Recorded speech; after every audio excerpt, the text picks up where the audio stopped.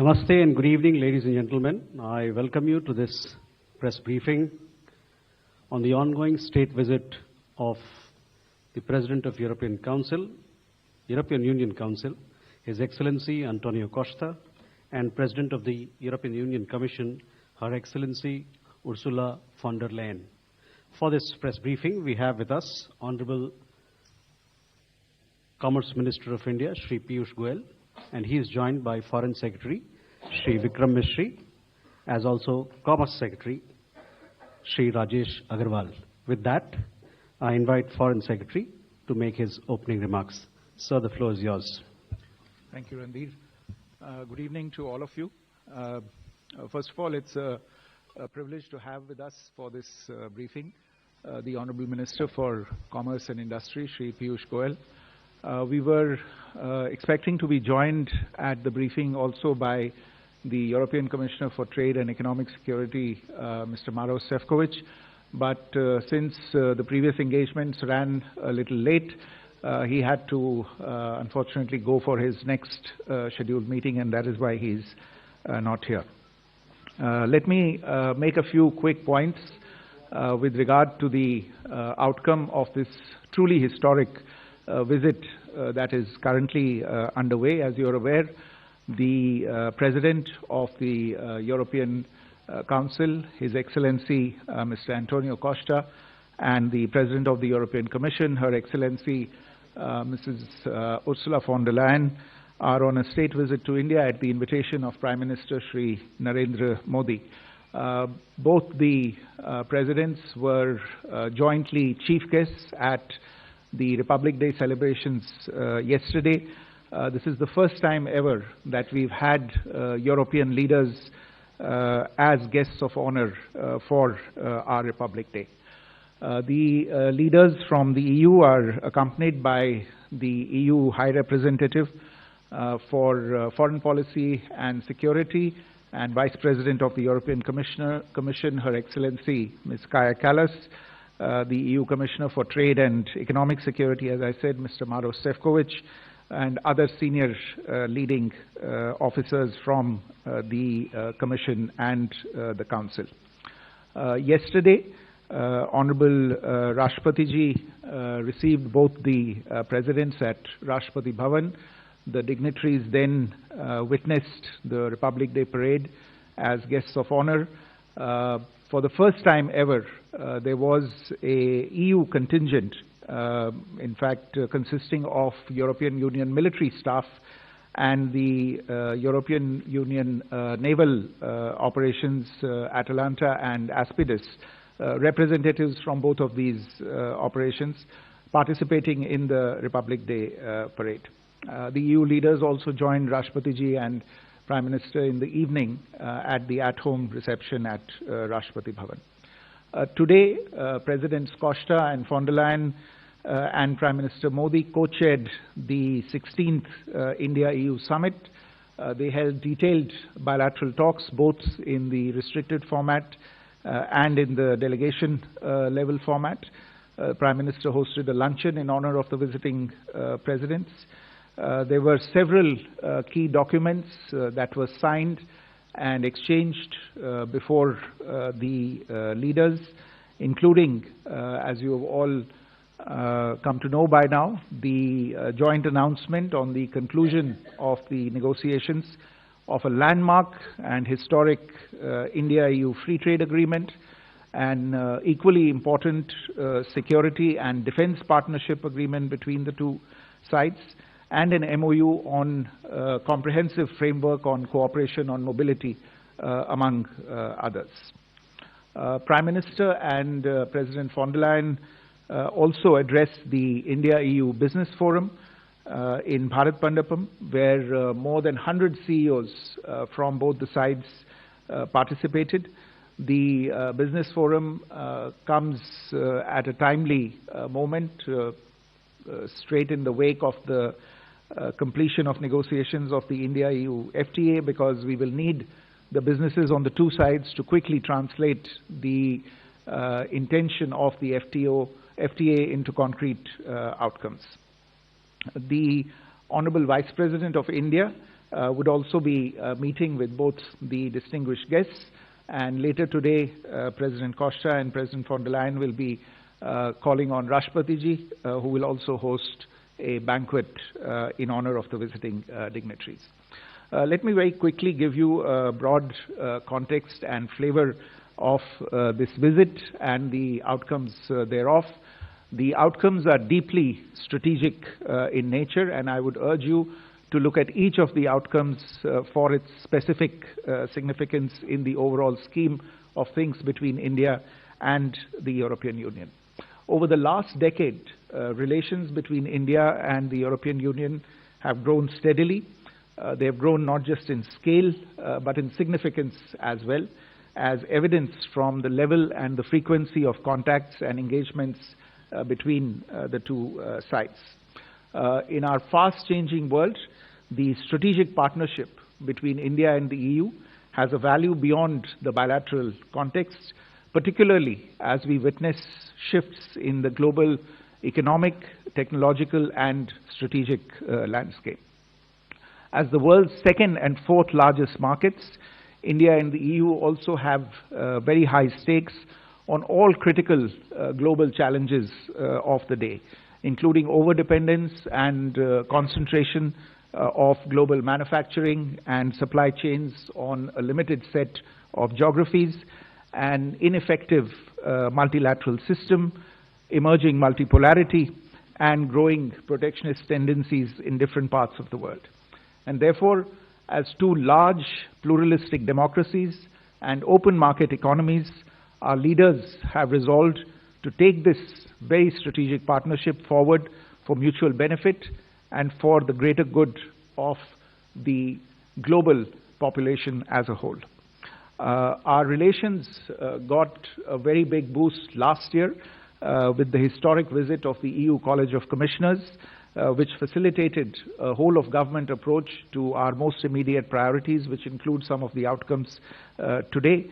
And in fact, we've seen very substantial outcomes today, underlining the strategic importance that both sides attach to the bilateral relationship and to further elevating the India-EU strategic partnership. Today's summit, the 16th India-EU summit, was held after a gap of about 5.5 years, and as I said, it is a milestone not only in terms of the outcomes, but also the quality of the outcomes, but also their numbers and the potential impact that they have. The leaders announced the successful conclusion of negotiations of the India-EU FTA. Trade and economic ties are central to this strategic partnership. EU as a bloc is one of the largest bilateral trading partners of India. Bilateral trade in 24-25 was close to $136 billion, with Indian exports of $76 billion and imports of $60 billion. Services trade between the two sides is around $83 billion. The FTA that was whose negotiations were concluded and announced today will have a transformative role. Beyond boosting bilateral trade, they will boost investment, strengthening of supply chain integration, and support of sustainable growth on both sides. It is important to note that despite these obviously impressive numbers that are already there in the bilateral context, there has always been enormous room for growth in the bilateral relationship, room that was hitherto unexplored and which will now be leveraged to mutual benefit by the two sides. A second very important outcome of today's meeting, especially in the overall strategic context of the relationship, is the EU-India Security and Defence Partnership, which was signed in exchange today. While we have defence and security partnerships with several individual EU member states, this framework agreement on security and defence issues between India and the EU will be a first. It will bolster our engagements in maritime security, on defense industry, on cyberspace, and on counterterrorism. Particularly, this would allow Indian defense companies to benefit from the opportunities arising from the EU's own very significant defense initiatives that are underway. The two sides have also announced the launch of negotiations for a security of information agreement, which again demonstrates the long-term and strategic view that the two sides are taking of their relationship. A third outcome that I would want to invite your attention to is the document towards 2030, an India-EU joint comprehensive strategic agenda, which is a new roadmap to reinforce our strategic partnership and set the trajectory for advancing the relations across multiple pillars. These pillars include prosperity and stability, technology and innovation, security and defense, connectivity, and people-to-people ties for the next 5 years. I would urge you to go into the details of this particular roadmap to see the depth of intensity and the breadth of coverage that we intend to bring to this relationship. Finally, the two sides also concluded an MOU on comprehensive framework on cooperation on mobility. This is again the first such mobility-related agreement that we are concluding at the EU level with any partner. For the EU, this is a first with any partner for them. The MOU will facilitate and streamline safe, regular migration, support skill development, and ease the movement of highly skilled workers, students, researchers, and seasonal workers who happen to be in occupations in demand between the two sides. The two leaders, in fact, emphasized that some of the strongest relationships between the two sides, between India and Europe, are built by the people-to-people contacts. Today, the Indian diaspora in the EU is over 1 million people. Indian professionals in Europe are making notable contributions in several fields, including information technology, healthcare, engineering, and finance. There are more than 100,000 Indian students in Europe who continue to pursue higher education in leading universities in the EU. In addition to these agreements that I have outlined, there were a number of other important understandings that were reached. This includes the announcement of projects under the India-EU trilateral partnership, the renewal of the India-EU agreement for scientific and technological cooperation until 2030, the administrative arrangement on advanced e-signatures and seals, an MOU between the Reserve Bank of India and the European Securities and Market Authority, an administrative arrangement on cooperation in disaster risk management, and again, very, very importantly, a decision to launch exploratory talks on the association of India with Horizon Europe.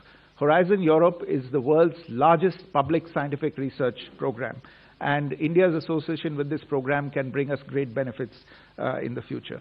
In addition, we've constituted an India-EU task force on green hydrogen and set up a EU pilot legal gateway office in India to enhance skill mobility and launch of negotiations, as I said earlier, for an India-EU security of information agreement. So, to conclude, the visit of Presidents Costa and von der Leyen to India is emblematic of our trusted and strategic partnership.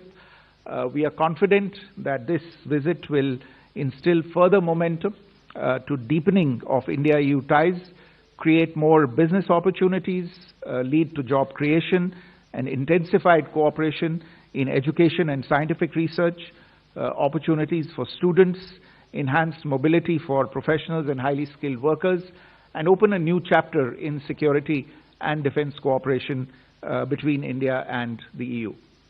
I want to end by citing two quotations from the leaders at the meeting. President von der Leyen said that the world is waiting for more from EU and India. So this was really an expression of the potential that is there in this deeply, deeply strategic relationship that the two sides are now beginning to explore much more fully. And Prime Minister said during his intervention during the talks that the EU and India have put in place a blueprint for shared prosperity. I think these are the indicators of the sentiment behind the meeting today. Again, an indication of the strategic significance of this visit and of the outcomes that have marked this visit. I'll stop here. Honourable Minister would like to brief you further on the key outcome. Thank you, Vikram. And I'd like to begin by congratulating 1.4 billion brothers and sisters in India. 140 crore देशवासियों को बधाई देना चाहूँगा. Just like Foreign Secretary just articulated in great detail, this visit is extraordinary. It goes far beyond a free trade agreement. It goes far beyond the humongous potential that is being unlocked with the free trade agreement. It is truly a statement of deep partnership and the strategic intent of the European Union and India coming together in a multitude of areas to strengthen our partnership, to work together for the shared prosperity and a better future for 1/3 of humanity. It is a reflection that when 25% of global trade decides to strengthen the strategic partnership, including with the free trade agreement, it unlocks the doors to defense cooperation, greater investments, to cooperation in the field of innovation and science, to further integration of financial markets. And therefore, I would term this visit, as very rightly pointed out by the Honorable Foreign Secretary, as a game-changing and transformational visit in terms of the strategic partnership between European Union and India. And therefore, I think congratulations are in order to Honorable Prime Minister Shri Narendra Modi ji, to Her Excellency Ms. Ursula von der Leyen, the President of the European Commission, and His Excellency Mr. Antonio da Costa, the President of the European Council. They have provided visionary leadership, which has further been strengthened with colleagues from almost all parts of government in both the European Union and India.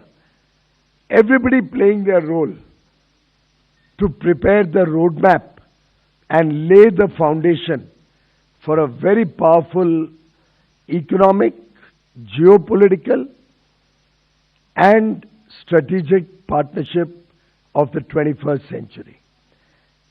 We are also very pleased to have concluded negotiations on, as Ms. von der Leyen herself has articulated, the mother of all deals, a free trade agreement which covers 25% of global trade. It is our 8th free trade agreement under Prime Minister Narendra Modi, each and every one of them with developed nations and collectively reflecting an agreement between India and 36 developed nations. With these 27 of the European Union, 4 from the FTA, 31 and 6 more, 37 developed nations and India have entered into free trade agreements in a short span of 4 years under the leadership of Prime Minister Narendra Modi. Friends, this breakthrough in the EU-India trade relations comes after 20 years. You're all aware the Discussions were launched in 2006. 16 rounds of negotiations were held. Sadly, in 2013, efforts were aborted, and almost nobody ever imagined the European Union and India being able to come up with such a robust partnership framework as has been finalized by our leaders today. In fact, when we relaunched negotiations in mid-2022 and laid the initial foundational work, prepared our game plan and way forward, we had elections in India and then in the European Union through 2024. So the heavy lifting for this FTA really started after the historic visit of the European Union Trade Commissioners led by Ms. von der Leyen in February 2025. And I think it's been the labor of love of the entire government in European Union and India, burning the midnight oil, persevering, working in a spirit of cooperation, India negotiating with self-confidence, both sides agreeing to focus on what is good for both set of countries, the European Union and India, leaving the sensitive issues aside, and therefore coming up with a very balanced, equitable and fair free trade agreement, which is a win-win for all sections of industry, both in India and European Union, opening up plethora of opportunities for investment, opening up markets which are complementary, with India gaining access significantly in labor-intensive industries like marine products, chemicals, footwear and leather, plastic rubber goods, textiles, apparel and clothing, gems and jewelry, furniture, sports goods, toys, and the European Union industries gaining access to the large and fastest growing economy of India in innovation, technology, sectors of precision engineering, and areas where India continues to look for partnerships and technologies from across the world. Friends, this agreement covers almost 99% of the total exports that are sent from India to the European Union, and about 97% plus of the total exports from European Union to India.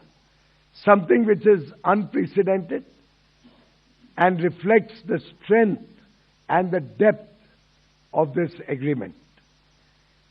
We have tried to address the asymmetry in economic development between the two nations, with different per capita incomes, with transitional periods, but ultimately focusing on the complementary strengths of both economies, such that all 28 countries will stand to benefit. Collectively, the European Union today imports nearly $6.5 trillion worth of goods and nearly $3 trillion worth of services. India plays a very small role in that. Our total exports are currently just about 1.5% of the goods import into Europe, and barely 2.5% of the services import into Europe. with this massive opening up of opportunities, the European Union has also opened up many new sectors. India has opened up many new sectors in the services space. We can see a big thrust to the services sector. As I said, on marine products, almost 94% of the tariff lines and almost the entire value of goods that are exported are going to get duty-free access. As I said before, areas like textiles, apparel, home decor, furnishing, where India has very serious labor-intensive interests, 100% of the European market will be open for business from day one. And I can give you more details, but we have furnished those details to all the members of the press, whether it's furniture and lighting or other consumable goods. Almost all of our exports are going to get duty-free access from day one.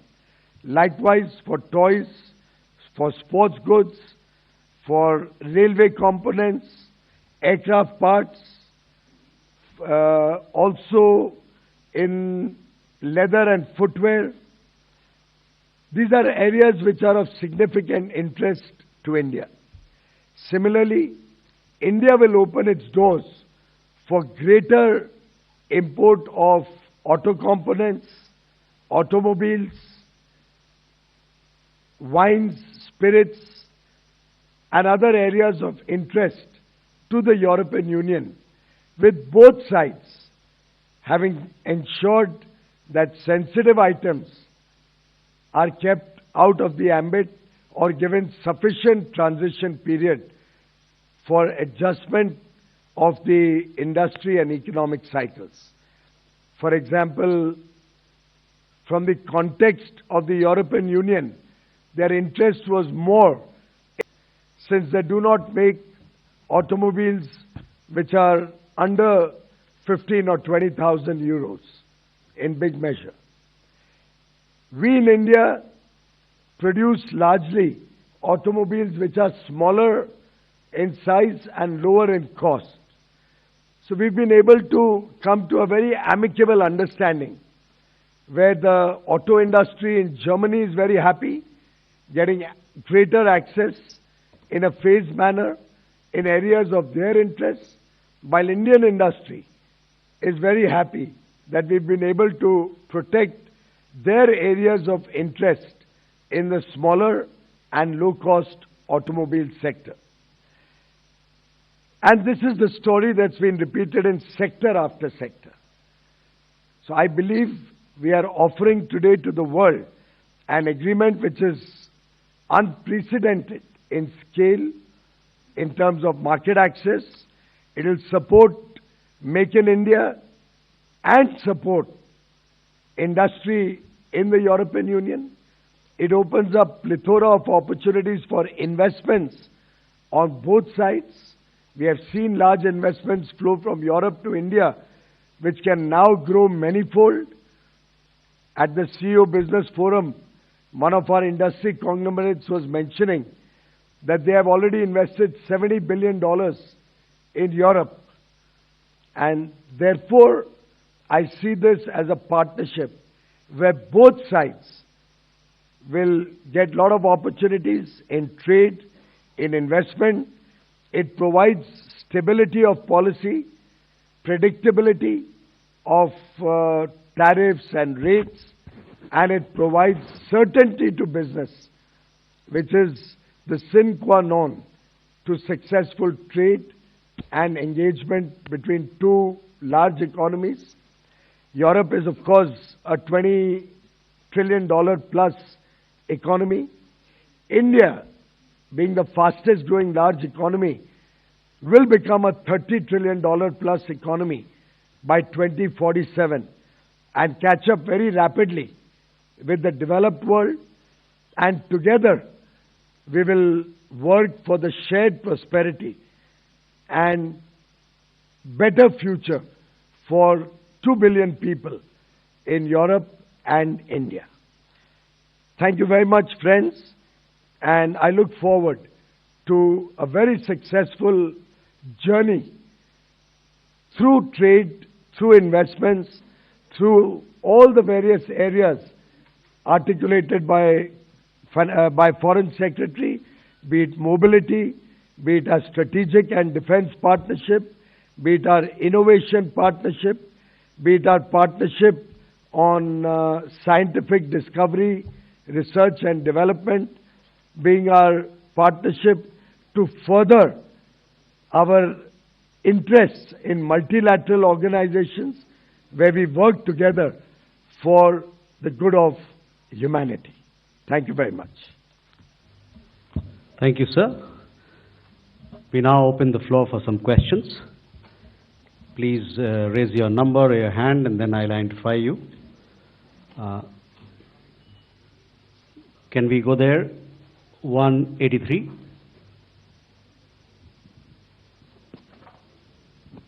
Hi, sir. My name is Siddhant Sibal from WION. To the Minister, sir, how do you see this FTA being implemented?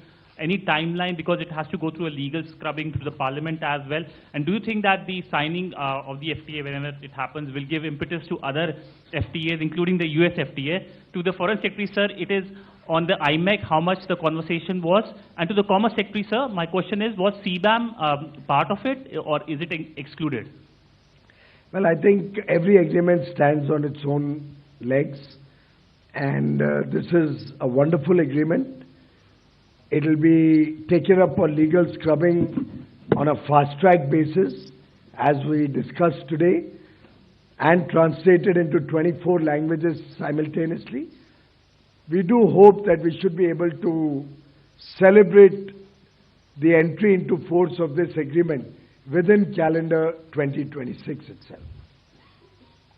I think on connectivity, on IMEC you mentioned, as you know, connectivity is a very important thread in the agenda between India and the EU. And indeed, it was on the agenda today. There was a discussion about it. And there was consensus on the fact that the IMEC initiative is one that should be taken forward. And we should now graduate from the working level meetings that have taken place to higher level meetings, culminating in a summit of the IMEC member countries. So between Europe and India, we are united on this, and we will take this forward with the other collaborators within IMEC. Can we have a question there? So my question on CBAM. Thanks. On CBAM, as you are aware, CBAM is a horizontal regulation which is applicable to all partner countries across the globe. Under FTA also, there are certain provisions that we have agreed under CBAM. One, a technical dialogue has been agreed to be set up, which will address the pathway for our industries to access the market in spite of the CBAM regulation being there. We'll be working together to see that the verifiers for CBAM in India are also accredited by the use agencies so that our industry are able to access them. We'll also be working together to see and understand the technical processes through which this carbon CBAM measurement will be done in both the economies. And three, we also will provide, this group will also provide that in whatever Indian carbon trading system comes into future, that will be also accounted for and plugged into their CBAM regulation to see that the industry, which is part of the trading ecosystem, carbon trading pricing ecosystem in India, is accounted for. Their payments here or their carbon costs here are accounted for as part of the CBAM. Further, to our larger comfort, they have given this commitment that in case they are able to bring in any flexibility under CBAM for any partner country across the world, that will automatically flow out to India also. So we do have a forward MFN commitment under that. Thank you. We'll go for a question there. 24, please. Thank you very much, Maria Tadeo for Euronews. Minister, you have signed this deal now, and both sides agree, which is rare these days, that this is a win-win situation for both. I was wondering, however, India and the European Union share the fact that both countries were really hit by tariffs, both the European Union and now India to 50% from the Trump administration. So I wonder, how much of a unifier beyond a win-win was the U.S. president? I don't think we even discussed this at any point of time.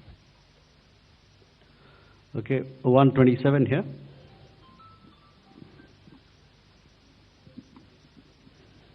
So Pranay Upadhyay from India Today, Ashtak. Mr. Minister, my question to you is that can you share your assessment about the possibility of job creation out of this FTA? In your assessment, how many jobs will in India will be created after this FTA? And IPR has been a sticky point for Europe's investment in India. How this FTA is going to allay or address the issue of IPR for the European investors in India?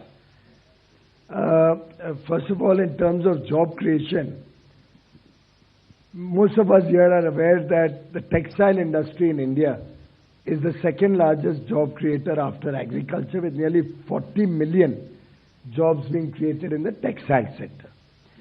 India, I'm giving you a context how one should view this agreement. India exports about $7 billion worth of textiles and garments to the US, to the EU every year.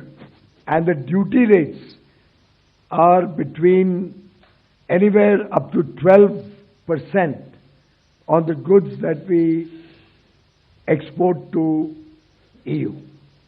Now, earlier in the day, you used to always ask us, the press used to always ask us, that why is Bangladesh able to export $30 billion worth of textiles and India is such a small player?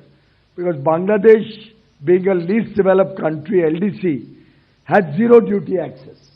And they were able to capture $30 billion out of the $250 billion market of European Union in textiles alone.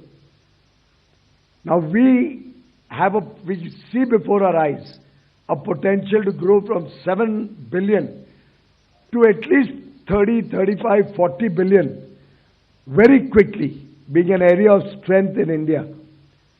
And you can imagine that if we add this kind of business only in the textile sector alone, just only in the textile sector alone, we are looking at close to 6 or 7 million jobs coming into that sector.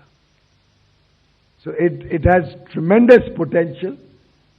The sectoral gains in various areas, particularly in the labor-intensive areas, give us tremendous potential for job creation in India.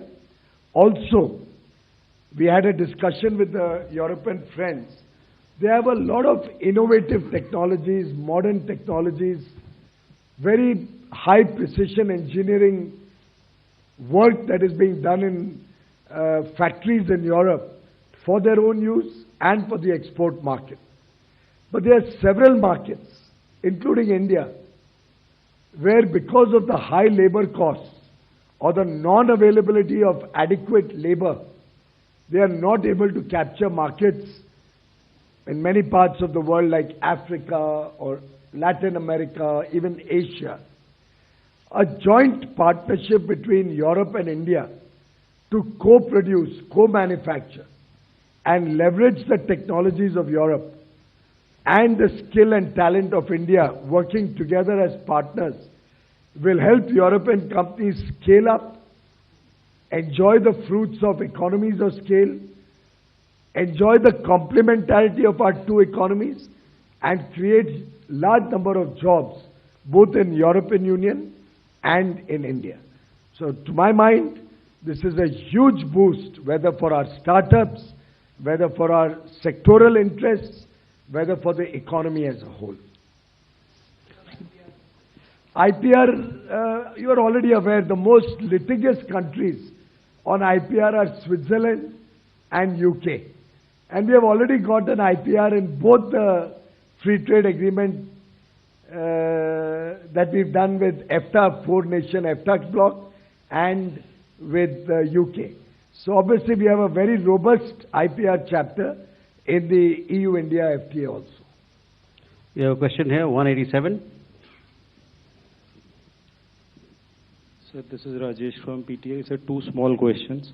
Regarding CBAM, we have received commitment, certain commitments for CBAM in the FTA. But do we have any kind of provision, sir, where India can protect its domestic industry if EU will impose carbon tax under CBAM in the future? And second question is, can we share some caps, like what kind of visa caps or visa numbers EU has committed under the FTA for students and IT professionals? He's already responded on CBAM. As far as students are concerned, they are very keen in European Union to encourage Indian students in greater measure. We have 121,000 students, 121,000 students from India already studying in EU. And there's no cap on the number of students. They would like to welcome our students to come and study in the EU, just as we would like to welcome European universities to come and set up campuses in India. And I would love to see in the future, as we have discussed, joint degrees and our European young men and women coming and working in India so that they get a flavor of the growth engine that India is, and become a part of the growth journey that India and Europe will share together. We have 238 there. This is Deepshika from Economic Times.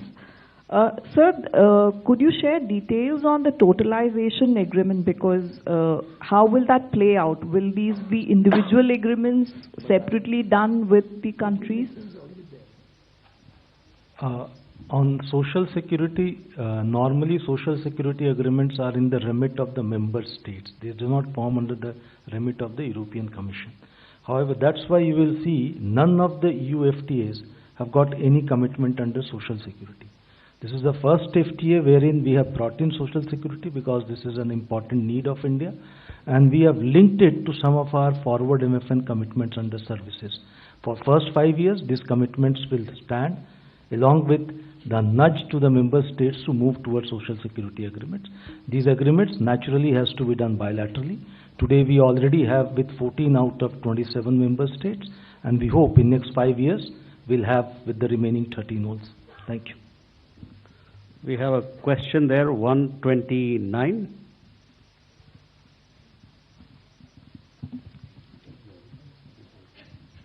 So, thank you. Keshav Padmanabhan from The Print, and my question is to the Foreign Secretary. So, can you tell us or give us more details on the security and defense partnership with Indian companies now have the right to access the SAFE funding, which is roughly 150 billion euro funding that the EU announced last year for procurement?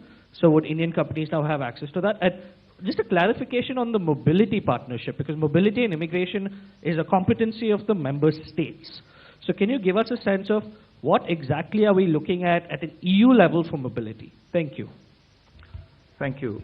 So yes, you mentioned SAFE, which is the security action for Europe regulation, which is one of the emerging pillars of Rearm Europe, which is something that was announced last year by the European authorities.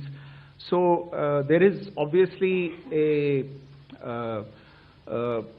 resurgence or a renaissance, you might call it, of defense industry, and the realization for defense preparedness in Europe, which means that there has to be preparation on the defense industrial front.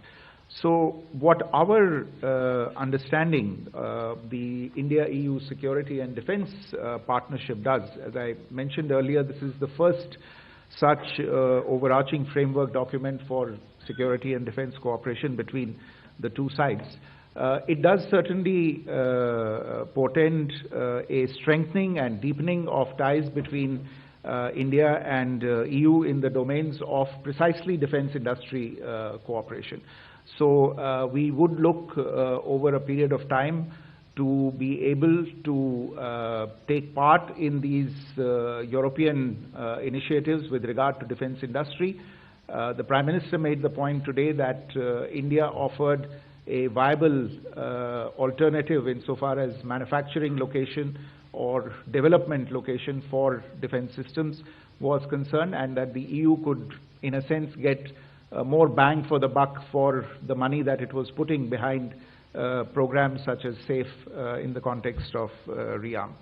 But more than that, more than defense industry cooperation, the partnership also expands our cooperation into areas such as maritime security, into cyber, into space awareness, space situational awareness, space security itself, and very importantly for both sides into counterterrorism. And all of these will entail increased engagements between two sides, increased engagements between the defense industries of the two sides. The Society of Indian Defense Manufacturers very recently undertook a very successful visit to Brussels to meet with their counterparts. So I think, thereby exploring opportunities for them to benefit from these various initiatives that are underway. As I mentioned, today we've also announced the launch of negotiations on an information security agreement that will be a complement to this. And once an information security agreement comes into place, as you can imagine, the ground is prepared for more sensitive cooperation in the field of defense going forward.